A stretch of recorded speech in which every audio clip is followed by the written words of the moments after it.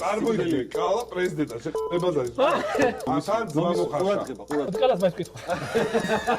მოდი მოგიყვები აქ რა ხდება და შენ მითხარი როგორ მოიქცეოდი. წარმოიდგინე რომ ხარ მატარებლის კონდუქტორი. ლიანდაგის ერთ მხარეს არის შენი მეგობარი, რომელიც მალე პრეზიდენტი გახდება, ხოლო მეორე მხარეს არის შენი ქვეყნის მომავალი წარმატებული სპორტსმენები. და შენ უნდა გადაწყვიტო რომ მხარეს გაუშვებდი მატარებელს.